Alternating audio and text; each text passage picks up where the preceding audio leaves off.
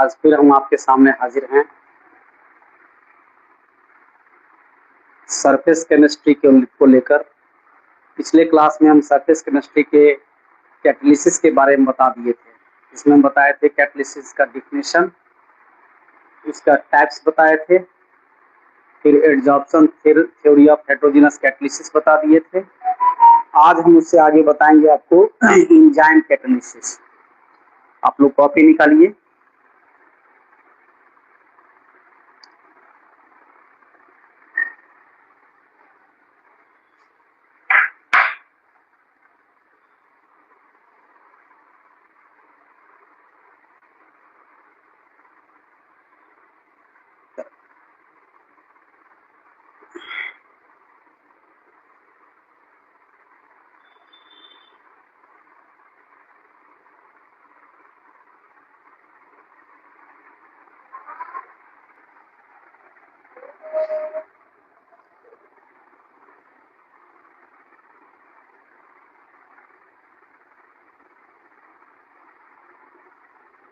Copy निकालिए।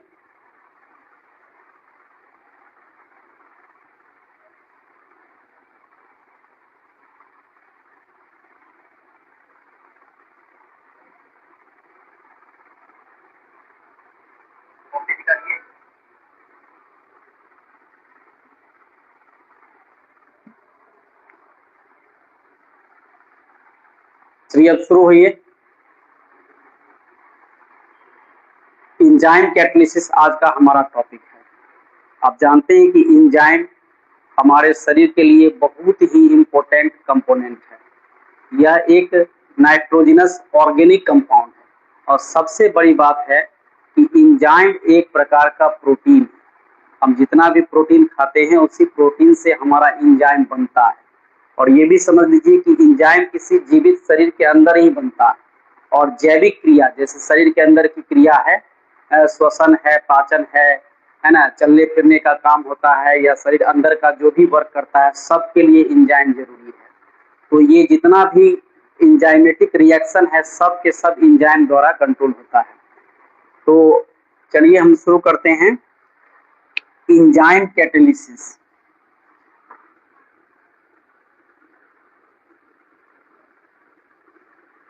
Enzyme catalysis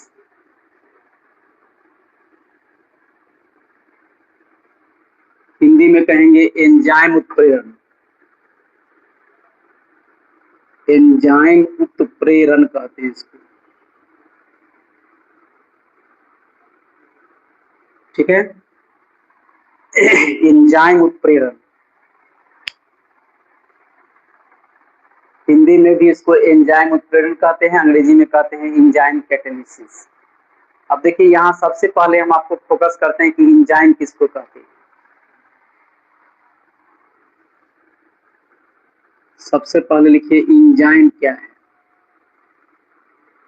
परिभाषा लिखिए, वह जटिल नाइट्रोजिनस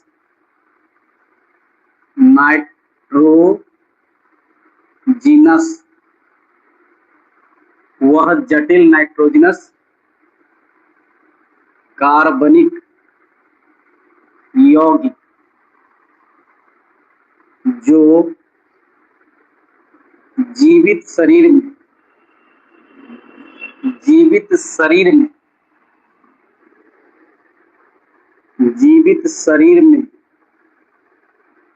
उत्पन्न होकर जैविक क्रियाओं का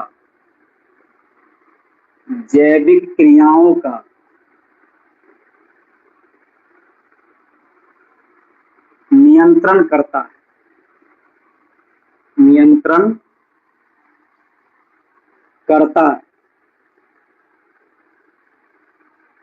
से एंजाइम कहते हैं। समझ गए? वह जटिल नाइट्रोजिनस कार्बनिक यौगिक, मतलब जटिल भी है, नाइट्रोजिनस है मतलब नाइट्रोजन का कंपाउंड है, जीवित शरीर में उत्पन्न होता है। समझ लीजिए, जीवित शरीर में ही उत्पन्न होगा, उसको हम आर्टिफिशियली चाहेंगे बनाना तो नहीं बनेगा। तो जीवित शरीर में उत्पन्न होकर ये करता क्या है, तो जैविक क्रियाओं को नियंत्रित करता है। इंजाइम वैसे बायोलॉजी का टर्म है, बायोलॉजी में ही पढ़िएगा, लेकिन बायोलॉजी को केमिस्ट्री के लैंग्वेज में अगर पढ़ना है तो यही पढ़िए। यह एक जटिल नाइट्रोजनस कार्बनिक यौगिक क्या है, जटिल है, नाइट्रोजनस है और कार्बनिक यौगिक है। यह कहाँ उत्पन्न होता है, तो जीवित शरीर में। यह कहाँ उत्पन्न होगा, जीवित शरीर में। क्या करेगा, तो शरीर के अंदर के जैविक क्रियाओं को नियंत्रण करता है। समझ में आ गया। यह एक जटिल कार्बनिक यौगिक है जो नाइट्रोजनस कंपाउंड है। यह जीवित शरीर में उत्पन्न होता है और जैविक क्रियाओं को नियंत्रित करता है। ठीक है। सबसे इंपॉर्टेंट बात क्या है, यह कोलॉइड, यह कोलॉइड है तथा एक प्रकार का प्रोटीन। ठीक है। यह लाइन जो है ऑब्जेक्टिव के लिए बहुत इंपॉर्टेंट है। कितना बार ना ऑब्जेक्टिव बोर्ड में आया हुआ है कि इंजाइम है, चॉइस में रहेगा प्रोटीन, कार्बोहाइड्रेट, विटामिन और नन ऑफ दीज, ऐसा करके रहता है। तो याद रखिएगा कि इंजाइम जो है वो प्रोटीन है और कोलॉइड भी है। अब देखिए इंजाइम उत्प्रेरण क्या है, तो वह उत्प्रेरकी प्रक्रिया, वह उत्प्रेरकी प्रक्रिया जो इंजाइम द्वारा नियंत्रित होता है, उसे इंजाइम उत्प्रेरण कहते हैं। उसे इंजाइम उत्प्रेरण कहते हैं। ठीक है। फिर देखिए इंजाइम एक बायोकेमिकल कैटलिस्ट, बायोकेमिकल कैटलिस्ट है। इंजाइम एक बायोकेमिकल कैटलिस्ट है। इंजाइम क्या है, एक बायोकेमिकल कैटलिस्ट है। जल्दी नोट करिए।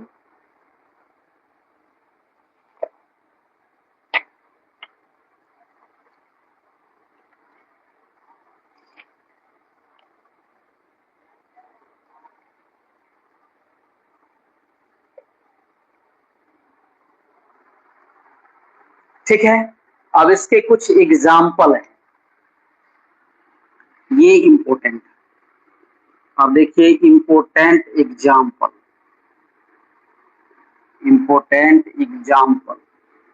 यहां से आपको ऑब्जेक्टिव क्वेश्चन रहेगा या सब्जेक्टिव भी रह सकता है। इंपॉर्टेंट एग्जाम्पल इंजाइम कैटालिसिस का सबसे पहला है इन्वर्टेज इंजाइम। इन्वर्टेज इंजाइम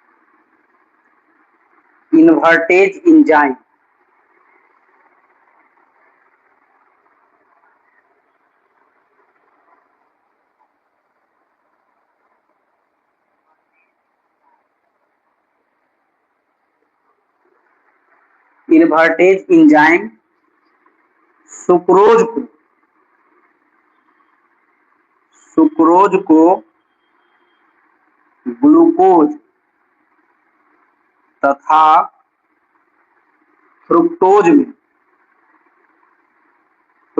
में बदलता है। ये इंजाइम अगर नहीं रहेगा तो सुक्रोज को हम ग्लूकोज और फ्रुक्टोज में नहीं बदल सकते। अब देखिए चीनी हो गया C12H22O11 प्लस इसमें जल डालेंगे और यहाँ हो गया आपको इन्वर्टेज इंजाइम हो गया, इससे बन जाएगा ग्लूकोज C6H12O6 और फ्रुक्टोज भी बनेगा तो इसका भी C6H12O6 ही होता है। दोनों एक दूसरे के आइसोमर है, तो ये ग्लूकोज और फ्रुक्टोज बन गया। ठीक है, अब देखिए, अब दूसरा एग्जांपल देखिए। दूसरा एग्जांपल है जाइमेज इंजाइम। जाइमेज इंजाइम ग्लूकोज को इथाइल अल्कोहल में बदलता है। इथाइल अल्कोहल में बदलता है, समझ गए? जाइमेज इंजाइम जो है ग्लूकोज को इथाइल अल्कोहल में बदलता है। ठीक है, अब देखिए जाइमेज इंजाइम मिलता है ईस्ट से। ईस्ट नाम का बैक्टीरिया है, उसी से जाइमेज इंजाइम बनता है। अब ध्यान दीजिए, आपने देखा होगा पुराना से पुराना चूरा है या मुढ़ी है, उसको खा के देखिए, आपको स्वाद में हल्का खट्टा जरूर लगेगा। तो हल्का खट्टा जो है किसके कारण से? ये जो आपको है ना जाइमेज इंजाइम जो रिलीज करता है उसके कारण से। और आप जानते हैं कि पुराना चूरा दही आदमी अगर खा लेता है तो उसको थोड़ा सा नशा आ जाता है। ठीक है, अब वो नशा कहाँ से आता है? तो ये जो जाइमेज इंजाइम है वो आपको ग्लूकोज जो होता है वो इथाइल अल्कोहल में बदल जाता है। आप जानते हैं कि तारी जो होता है वो तारी पौधा का भोजन है। अगर वह शुद्ध रूप में है तो वो ग्लूकोज है। अब जो तारी का व्यवसाय करते हैं वो लोग क्या करते हैं कि तारी उतार के घर पर लाते हैं और उसमें चूड़ा या मुही मिला देता है। तो उसमें तो ईस्ट है, और ईस्ट क्या रिलीज करेगा? जाइमेज। जाइमेज रिलीज करके जितना भी ग्लूकोज है उसके अंदर सबको बदल देगा इथाइल अल्कोहल में, और वह तारी पिएगा तो उसको नशा भी जाते आता है। तो ये फर्मेंटेशन की प्रक्रिया करता है। देखिए, जैसे ग्लूकोज है C6H12O6 है, इसमें हम डालेंगे जाइमेज। जाइमेज इंजाइम डालेंगे तो ये बन जाएगा C2H5OH और प्लस कार्बन डाइऑक्साइड बाहर निकल जाएगा। बैलेंस करेंगे, यहाँ भी 2 करना होगा और यहाँ भी 2 करना होगा। ठीक है, तो ये जो एग्जाम्पल है या तो बहुत इंपॉर्टेंट एग्जाम्पल है कि जाइमेज इंजाइम का काम है ग्लूकोज को इथाइल अल्कोहल में बदलना। समझ गए? अब आगे बढ़िए।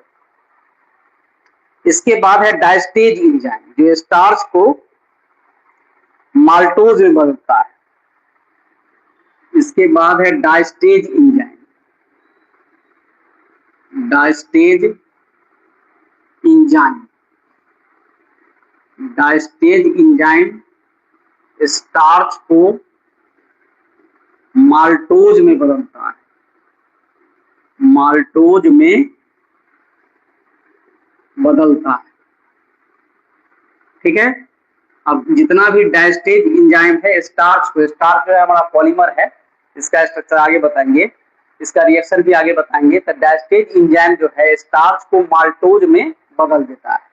इतना याद रखिए। जैसे यहाँ पर स्टार्च हुआ, ठीक है, इसमें वाटर देंगे, यहाँ पर रखेंगे डायस्टेज, इसके बाद ये बदल जाएगा किसमें? माल्टोज में बदल जाएगा।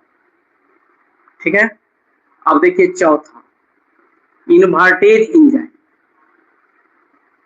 इन्वर्टेज इंजाइम या माल्टेज इंजाइम पढ़िए पहले। Maltase enzyme. Maltase enzyme maltose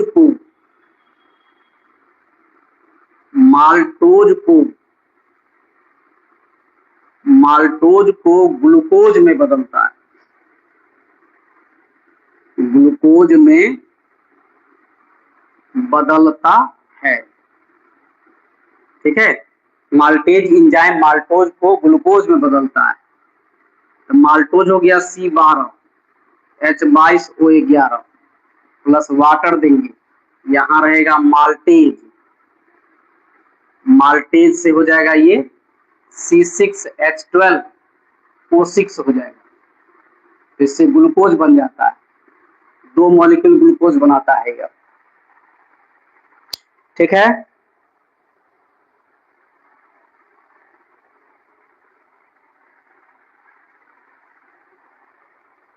इसके बाद देखिए यूरिएज एंजाइम, पांचवा देखिए urease enzyme. Urease enzyme urea को अमोनिया में बदलता। यूरिएज एंजाइम यूरिया को अमोनिया में बदलता है। आप जानते हैं कि पेशाब में यूरिन में क्या होता है, यूरिया होता है।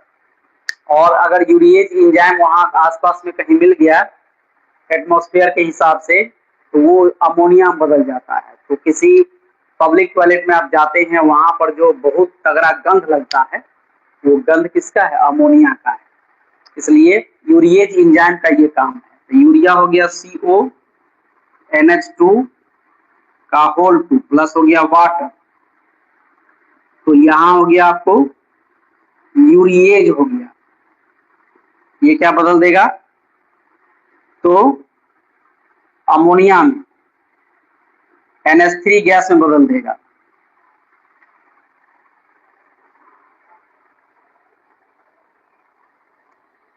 ठीक है, और CO2 बाहर निकलेगा। बैलेंस करेंगे तो नाइट्रोजन 2 है तो यहाँ 2 हो जाएगा, और कार्बन 1 है तो इसे रख लीजिए। हाइड्रोजन हो गया 2 4 और 2 6 हो गया, तो 6 गो यहाँ हाइड्रोजन है ही। ऑक्सीजन हो गया 2 गो ऑक्सीजन है ही। कार्बन 1 है, बैलेंस्ड है। छठा देखिए, अब छठा है पेप्सिन एंजाइम। प्रोटीन को पेप्टाइड में बदलता है। पेप्सिन एंजाइम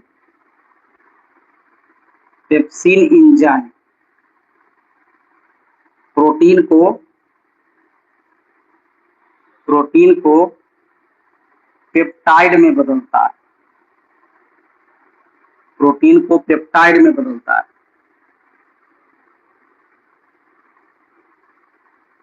ठीक है, और देखिए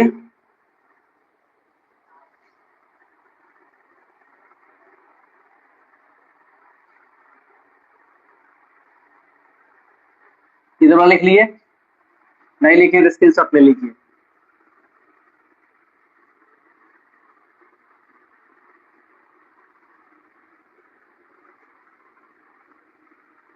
पेप्सिन एंजाइम जो है प्रोटीन को पेप्टाइड में बदलता है। और एक है pancreatic trypsin. Pancreatic trypsin protein को एमिनो एसिड में बदलता है। डायरेक्ट एमिनो एसिड में बदलता। ये सब बायोलॉजी का एंजाइम। प्रोटीन को पेप्टाइड में बदलना हो तो पेप्सिन, और अगर प्रोटीन को डायरेक्ट एमिनो एसिड में बदलना हो तो पैनक्रिएटिक ट्रिप्सिन। ठीक है, इसके बाद है लैक्टोबैसिली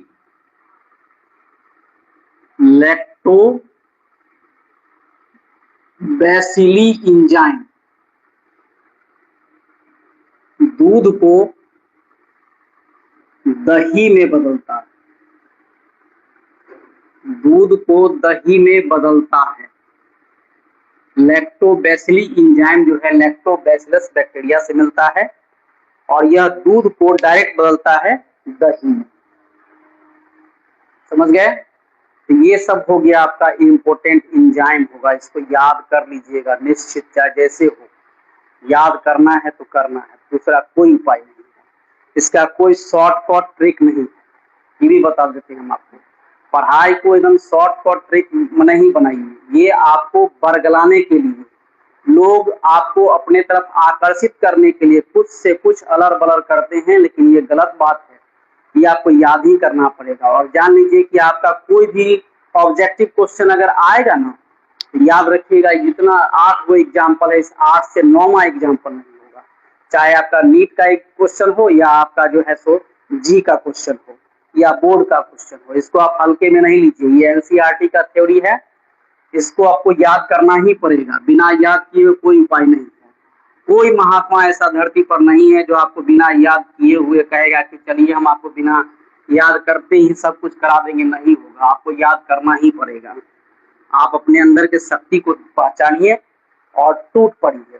कोई बड़ा चीज नहीं है। 4-5 गो टॉपिक रहता है, उसको याद करिए और बार बार एक दूसरे से डिस्कशन कीजिए। नहीं डिस्कशन करना हो तो अपने आप उसको खूब लिखिए, आपका अपना हो जाएगा, अन्यथा कुछ नहीं होगा। अब है significance of enzyme. Significance of enzyme, ये हुआ एंजाइम की विशेषता। एंजाइम की विशेषता, एंजाइम की क्या विशेषता है? सिग्निफिकेंस ऑफ एंजाइम, ये पूछ सकता है 2 नंबर के क्वेश्चन में कि एंजाइम की विशेषता बताइए। ठीक है, अब देखिए, पढ़ाई जो है वो एक दिन का चीज नहीं है। पढ़ाई आपको रेगुलर करना पड़ेगा। पढ़ाई के लिए आपको सेक्रीफाइस करना पड़ेगा। हम भी जानते हैं कि आपके उम्र में आपको क्या चाहिए, ये हमें भी पता है, लेकिन उस पर ध्यान देने से आपके पढ़ाई पर असर पड़ जाएगा।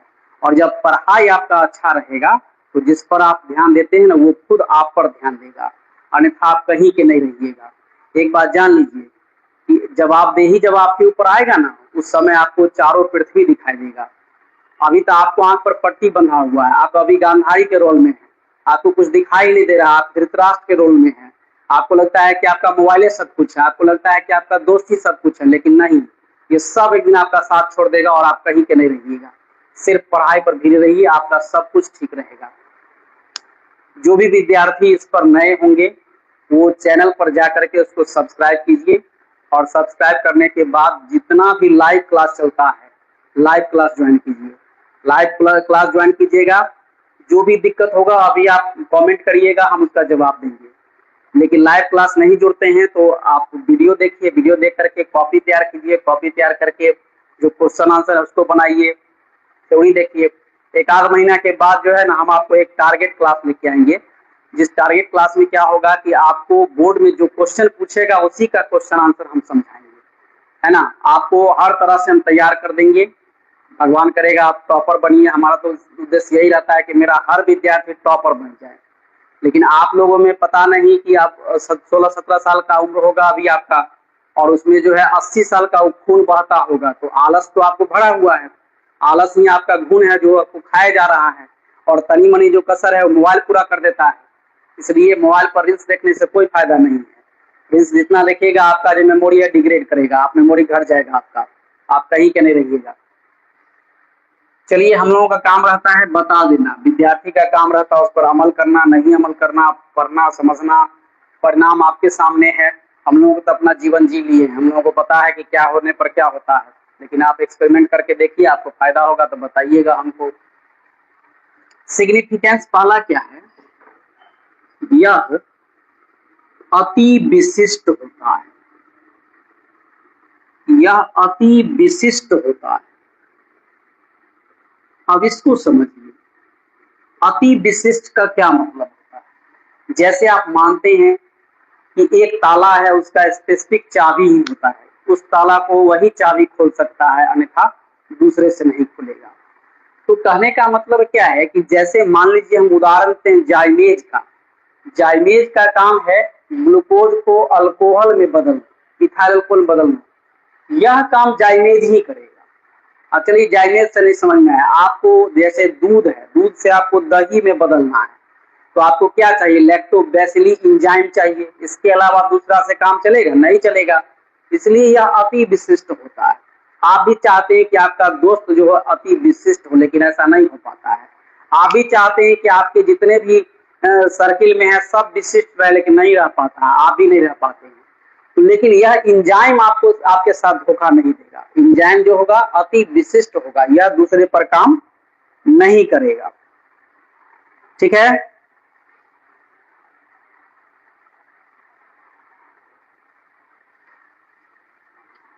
दूसरा है इसकी कार्य क्षमता। इसकी कार्य क्षमता बहुत अधिक होता है। मतलब ये थोड़ा मात्रा भी रहेगा तो बहुत बड़े से बड़े प्रतिकारक को कंट्रोल कर सकता है।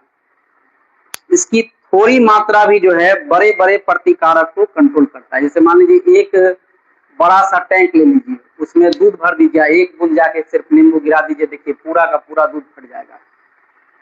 एक दूध का तालाब ले लीजिए, उसमें जाके एक बूंद नींबू गिरा दीजिए, देखिए पूरा का पूरा फट जाएगा। तो वहां ये नहीं रहा, जैसे आपको मान लीजिए दवा दिया जाता है तो दवा देने वक्त में डॉक्टर ये देखता है कि आपका बॉडी का क्या कहते हैं वजन कितना है, आपके बॉडी कितने पावर को सर्वाइव कर सकता है, ये सब देखता है ना। लेकिन ऐसा इसमें नहीं होता है। एंजाइम क्या क्या है विशेषता की, अगर थोड़ी मात्रा भी है तो बड़े से बड़ी प्रतिकारक को नियंत्रित करता है। जैसे आप समझिए, मान लीजिए आप भोजन करते हैं, भोजन करने में क्या होता है कि उसको पचना चाहिए। अब भोजन करने के लिए आपका जो एंजाइम है एक लिमिट मात्रा में निकलता है। ऐसा नहीं कि भोजन खूब कर दिए तो ज्यादा निकल गया और कम किए तो कम निकला। अगर मान लो मांस मछली खा लिए तो मैंने ज्यादा निकल गया, ऐसा नहीं होता है। एंजाइम जितना भी होगा सब स्पेसिफिक होगा और उसकी जो कार्य क्षमता होती है बहुत अधिक होती है। ठीक है, तीसरा है यह इष्टतम या इष्टतमता पर क्रियाशील होता है। यह इष्टतम ताप पर क्रियाशील होता है। ठीक है, इष्टतम ताप का मतलब कितना? इष्टतम ताप का मतलब हो गया 298 से 310 केल्विन। इष्टतम का मतलब क्या? इष्टतम ताप का मतलब हो गया 298 से 310 केल्विन। अब इसको समझाते हैं, समझिए। बहुत ज्यादा गर्मी पड़ता है, देखते होंगे आपको सजेशन देता होगा लोग कि भोजन कम करो। क्यों? क्यों? अधिक ताप पर जो है हमारा एंजाइम काम सही से करता ही नहीं, आपका पेट खराब हो जाता है। आप उल्टा चलिए, ठंडा के समय में आइए। ठंडा के समय में क्या होता है कि टेम्परेचर कम रहता है, आप जो खाते हैं सब पच जाता है। तो इसलिए याद रखिएगा कि कोई भी एंजाइम जो है बहुत अधिक ताप रहेगा तो नहीं काम करेगा। इष्टतम का मतलब होता है कि ना कम हो ना ज्यादा हो, एकदम मीडियम में हो, तो इतना ताप पर यह काम करता है। इसके बाद है यह इष्टतम पीएच पर काम करता है। पीएच पर क्रियाशील होता है। पीएच पर क्रियाशील होता है। कोई भी एंजाइम जो है इष्टतम पीएच रहेगा। पीएच कहते हैं, आगे पढ़ेंगे। पीएच जो है वो एसिड का स्ट्रेंथ मापने का जो है इंस्ट्रूमेंट है, इससे मापते हैं एसिड का स्ट्रेंथ। 7 से कम होगा तो एसिडिक होता है, 7 रहने पर न्यूट्रल होगा और 7 से 14 के बीच होगा तो बेसिक होगा। ये आप जानते हैं, पढ़े होंगे 10वीं क्लास में। तो कोई भी एसिड है उसका पीएच होता है। अगर ज्यादा पीएच रहेगा तो नहीं काम करेगा, बहुत कम रहेगा तो नहीं काम करेगा। तो इसका ऑप्टिमम पीएच जो होता है 5 से 7 होता है। ऑप्टिमम पीएच जो होता है वो 5 से 7 होता है। मतलब एसिडिक मीडियम में ही हमारा भोजन जो है पचता है, बेसिक मीडियम में नहीं पचता है। जैसे देखते हैं, आपको लोग कहेगा कि स्प्राइट पी लो, तो स्प्राइट पी लोगे तब भोजन पच जाएगा या गैस निकलेगा। जैसा जैसा लोग कहते हैं वो हम बता रहे हैं, लेकिन ऐसा केमिस्ट्री में कुछ नहीं है। तो हमारा जो एसिड है, हमारा जो एंजाइम है ना, वो ऑप्टिमम पीएच पर ही काम करता है। माने पीएच अगर 5 से 7 के बीच में रहेगा तो काम करेगा, नहीं तो नहीं करेगा। ठीक है, अब देखो यहां पर जैसे पढ़ाए थे कैटलिस्ट में कि एक्टिवेटर जो होता है वो कैटलिस्ट की कार्य क्षमता को बढ़ाता है। तो यहाँ एक्टिवेटर नहीं कहते, उसको को एंजाइम कहते हैं। जैसे आप मान लीजिए कोई डायरेक्टर है और उसके साथ एक को डायरेक्टर होता है, तो डायरेक्टर से निर्देश करेगा, को डायरेक्टर ही काम करता है। तो को डायरेक्टर का क्या काम है? डायरेक्टर के कार्य क्षमता को बढ़ा देना। जैसे आप कोई काम करते हैं, साथ में असिस्टेंट रखते हैं, असिस्टेंट क्या करता है? आपको काम करके देता है। नाम किसका होता है? आपका होता है। तो यहाँ एक्टिवेटर नहीं है, यहाँ को एंजाइम है।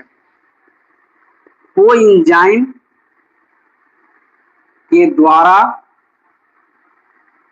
एंजाइम की कार्य क्षमता बढ़ती है। एंजाइम की कार्य क्षमता बढ़ती है। एंजाइम की कार्य क्षमता बढ़ती है। वो एंजाइम रहेगा तो एंजाइम की कार्य क्षमता को बढ़ा देगा।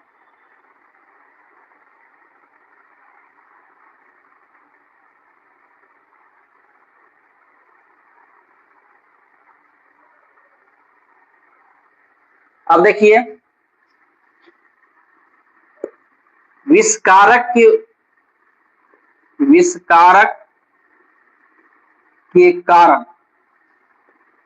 के कारण एंजाइम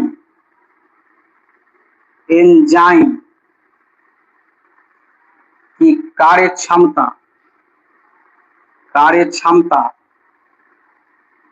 कम या समाप्त हो जाता है। ठीक है।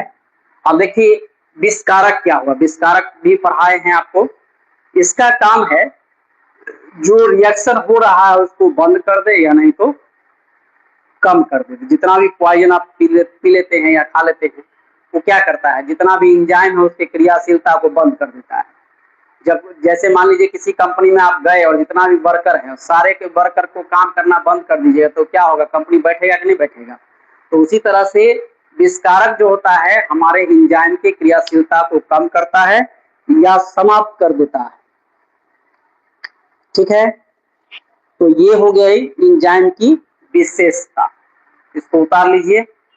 अब आगे देखिए,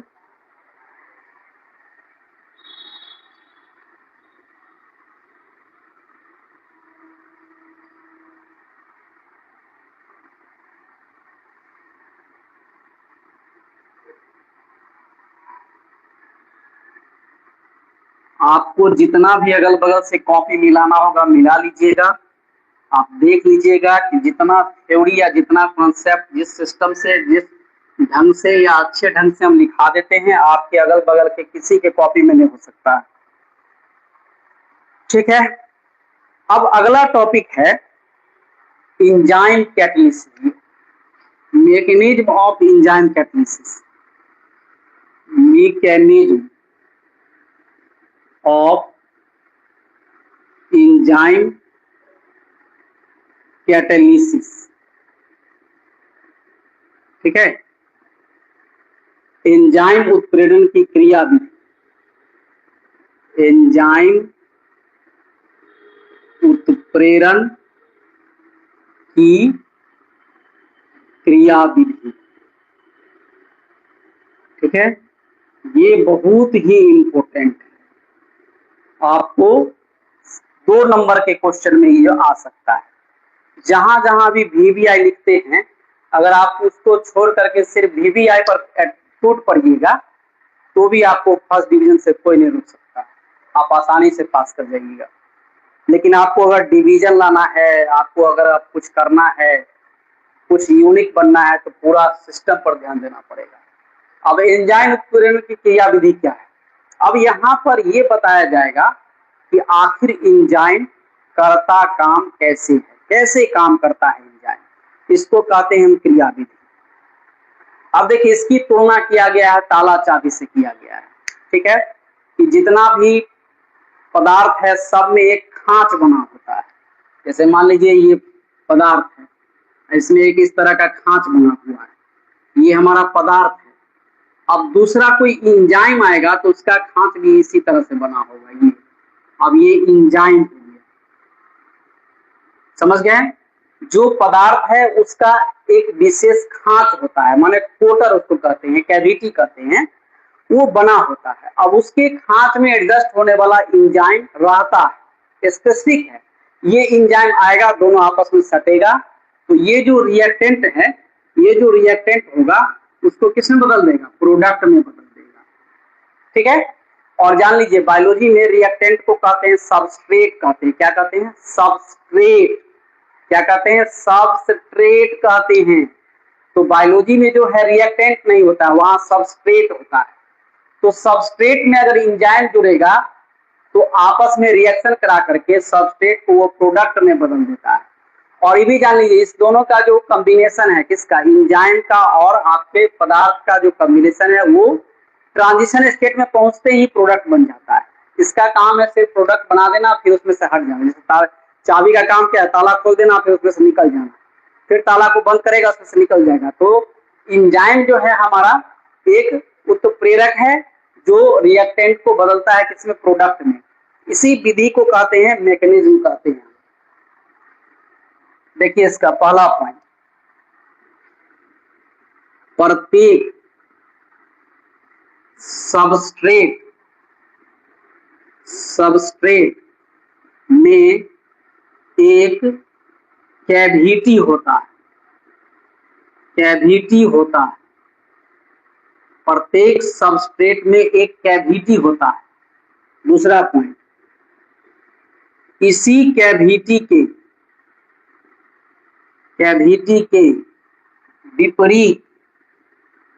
विपरीत कैविटी का इंजाइम इस पर क्रियाशील होता है। ठीक है। इस पर क्रियाशील होगा, मतलब जो खांच होगा क्या कहते हैं पदार्थ का, उसका उल्टा खांच उसमें होगा तब ना सेट करेगा। दोनों सेम रहेगा तो सेट ही नहीं करेगा। इसी कैविटी के विपरीत कैविटी का इंजाइम जो है इस पर क्रियाशील होता है। तीसरा देखिए, सबस्ट्रेट से इंजाइम जुड़कर एक ट्रांजिशन प्रोडक्ट बनाता है।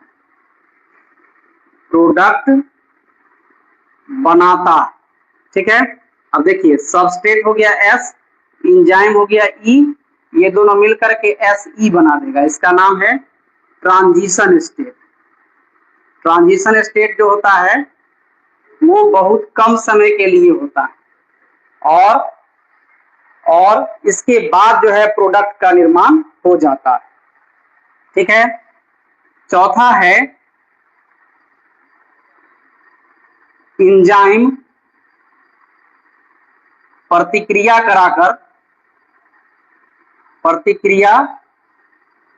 कराकर सबस्ट्रेट को प्रोडक्ट में बदलता है। सबस्ट्रेट को प्रोडक्ट में बदलता है। बस इतने ही इसके स्टेप्स। ये जो E और S है, ये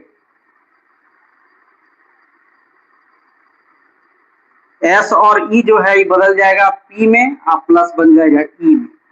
P हो गया हमारा प्रोडक्ट। यही है इंजाइम कैटालिसिस की क्रिया विधि। इस तरह से आपका इंजाइम कैटालिसिस खत्म हो गया। ठीक है। आज हम इसको इतना ही पर रखेंगे, क्योंकि नया टॉपिक स्टार्ट करेंगे तभी खत्म भी नहीं होगा। और टॉपिक वाइज रहता है तो सही रहता है कि आपको एक टॉपिक एक जगह इकट्ठा मिल गया, वीडियो में आराम से आप देख सकते हैं। और इस पर जो है सो आप बार बार देखिए, जो भी वीडियो आपके पास आता है उसको बार बार देखिए, जितना बार मन लिख लीजिए। एक बार कॉपी में अच्छा से लिख लीजिए। अब नियम कहता है कि कॉपी पढ़िए, लेकिन कॉपी अगर आपको पढ़ने का मन नहीं है तो आप इस वीडियो को बार बार देखिएगा, उससे भी आपका कॉन्सेप्ट क्लियर हो जाएगा, आपको याद हो जाएगा। ठीक है। ये एक तरह से टेक्नोलॉजी है। नहीं तो पहले क्या था, जब हम लोग पढ़ते थे तो वहाँ टीचर लोग एक बार बोल दिए, अब हम लोग के पास कोई रिकॉर्डिंग का व्यवस्था नहीं था, तो हम लोग उनके माने शब्द को रिकॉर्ड कर नहीं सकते थे। और जो वो बोलेंगे वो किताब का पूरा निचोड़ बोलते हैं, किताब का जो है सो पूरा माने सार बोलते हैं। वो अपने अनुभव के आधार पर बोलते हैं। किताब तो सब बात बताता नहीं है, किताब तो एक ऐसा एक्सप्लेनेशन रहता है जिसको पढ़ा लिखाई पढ़ेगा तो उसको भी समझ में आएगा, जो गधा होगा उसको भी समझ में आएगा, सबके लिए लिखता है। तो आप इस वीडियो को बार बार देखिए, लोगों को बताइए, है ना। आपका जो क्लास है वो ऑफलाइन के जैसा ऑनलाइन क्लास है। ऑनलाइन क्लास में ज्यादातर जो है बच्चे को मिसगाइड किया जाता है, सही थ्योरी सही कॉन्सेप्ट नहीं दिया जाता है, ऊपर झापर से कुछ कुछ बता दिया, उसी को आप बेस मान लेते हैं, ये गलत बात है। उससे यही होगा कि आप कंपटीशन निकाल लीजिएगा, लेकिन आपको जो है चाहिएगा कि हम पास कर जाएं, एकेडमिक पास नहीं कर सकते। जैसे आप मान लीजिए 11-12 नहीं पास कर सकते, 11-12 पास करने के लिए आपको पूरे सब्जेक्ट पर कमान बनाना पड़ेगा, पूरे टॉपिक पर बनाना पड़ेगा, क्योंकि कौन सा क्वेश्चन पूछा जाएगा ये तो आप जानते नहीं है। इसलिए इसको अच्छा से पढ़िए, समझिए, याद करिए। फिर अगला टॉपिक है कोलॉइड, जिसको हम अगले दिन बताएंगे। Thank you.